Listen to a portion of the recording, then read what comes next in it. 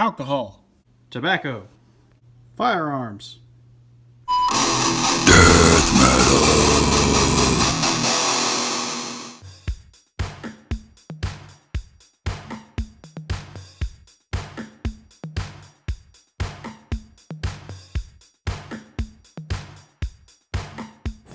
Hey everybody, it's Luke with Figure Me Out, and today we've got the McFarlane Toys Hollywood Hunk Johnny Cage.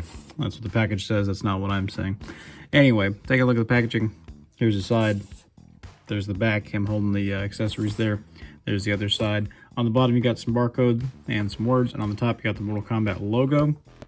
So that's the packaging. Taking a look at the accessories. First off, we get this stand. It's the same stand we see with a lot of the McFarlane stuff. It's just a plain black stand that says Mortal Kombat, so it's fine. The next one we get is his shades, his signature shades, and those are all right, I guess. They put like a sticker for where the glasses go. Not a huge fan of that. I don't know why they made them purple. Could have just done a solid black, and I think that'd have been a lot better. But maybe it's part of the game design. I don't know. I haven't played the newer Mortal Kombat, so I couldn't tell you. We also get a little statue kind of thing right here. It says, Excellence Award Best Actor. Somehow I doubt that Johnny Cage is the best actor ever, but he is a pretty good martial artist, right? Anyway, the last thing we get, and the accessory that makes this for me, is the Johnny Cage action figure. Yes, you heard that right. It's an action figure that comes with an action figure of himself. So you can have your action figure playing with his action figure while you play with your action figure. I feel like I'm on Pimp My Ride right now. Anyway, taking a look at the figure himself, pretty cool figure. The paint on the eyes, mine got a little cockeyed. He looks like he's kind of staring at something off in the distance, kind of a little cross-eyed. But, you know, you can't hit 100%, I guess. There were multiple ones in there. I should have probably looked at that first. What can you do? The jacket, I think, is my favorite part. It's a very nice metallic blue. I think that's really cool. The design on the back is cool. I don't know if that's like his logo or something now. The arms are cool. He's got Johnny tattooed on his chest, which is fine. It does have that McFarlane thing going on where they've got the little ring inside the shoulder right there. And I like that design. I do think it helps, you know, with a little bit of movement. It kind of gives more natural, like, shoulder rotation because shoulders aren't just static. They, you know, rotate quite a bit. Taking a look at the rest of the figure.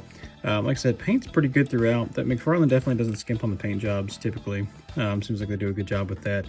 There's a little bit of pink kind of stuff on his gloves. I don't know if you can see that, if that really picks up very well. But it's on both sides. It makes me wonder if it's supposed to be there, if it was like a bloody kind of effect or something. I don't know. It just comes off as pink, and it looks like he wiped makeup or something on him. Anyway, taking a look at the legs, it looks like he's wearing some sweatpants. Those are pretty cool. It's got Cage on his belt, so you've got Johnny Cage. In case you forget who this is, it'll always be on the figure. It'll just tell you, hey, this is who I am. The legs look pretty good. The other thing I like a lot is the shoes. Definitely got some cool kicks there, so that's pretty neat. Talking about articulation, Johnny can look up fairly well. He can look down pretty good too. And because it's a double neck, so you got the ball at the bottom and the ball at the top, you do get a lot of attitude that you can put in there, which is good because Johnny Cage is a character that has a lot of attitude. The arms can go up approximately that far. Full rotation, like I said, there's a little bit of a shift up and down and forward and back. Not a whole lot, but some is in there, so you can get a full, you know, kind of a rotation, more human-like. There's a swivel up at the bicep. There's a double jointed elbow that comes in pretty much almost all the way. Wrists hinge down and up, and there is a, it's like a floating or a adjustable hinge, so you can go side to side, or you can turn it and you can go up and down, which is great. I like that a lot. The torso is kind of weird aesthetically. The jacket covers most of it, but it looks like it's a double ball. So you got one up here and then one at the bottom. You can crunch forward, all right. You can crunch back, all right. And with that, you get a little bit of side to side from him as well. So I kind of like that design. I think it works pretty well for this. At the legs, the hips go out very far. You can do a full Johnny Cage Van Damme. Get it? A little bit of a swivel at the top, not really anything at all, hardly. That's the one gripe I have about McFarlane. If they would put a cut right here, they'd have the greatest articulation out there, I think. Anyway, upper leg doesn't move too much. Moves forward just a bit, moves back, not very much. Got a double jointed knee that goes in pretty good. And then the ankles, same as the wrists, so they hinge down and up. And then you have like there's an ankle rocker in there, but you can also tilt it sideways So you can get a really crazy ankle out of it if you want to. And then at the bottom, they do have a toe hinge. I like this toe hinge a lot because the toe hinge is actually kind of where a toe would be.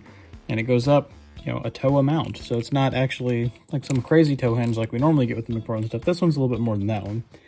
But even still, that looks more natural. It looks like something you could actually do in a shoe like this. Woo! But that actually looks like a position that you could get in this shoe. So that's pretty cool. I like that. It's not a crazy toe hinge.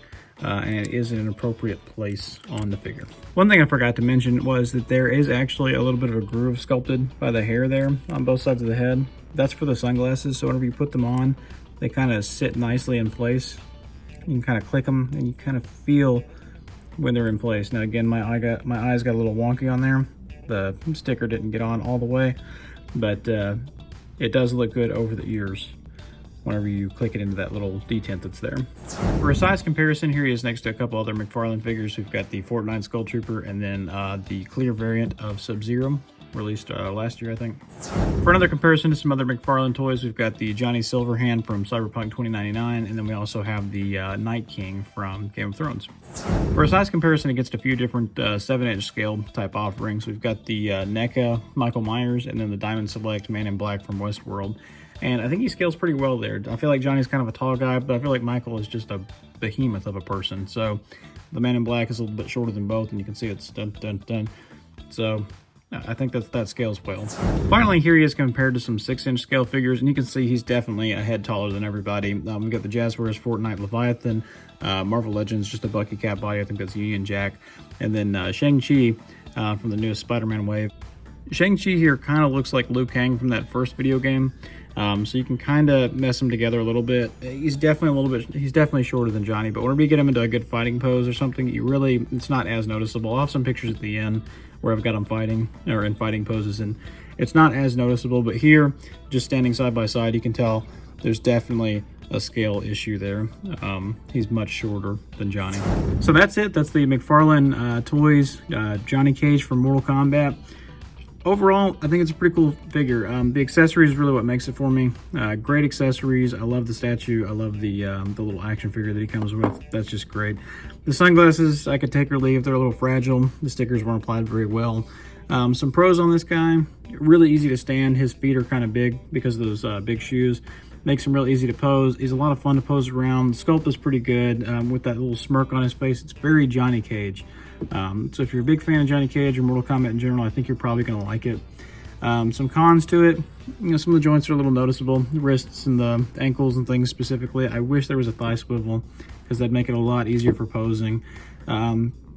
Just little things here and there. The articulation with McFarlane is a little, hit and miss, but I think this one definitely hit. I think the articulation is good. That thigh swivel, I wish I had that. But if that's my biggest gripe, overall it's a pretty good figure.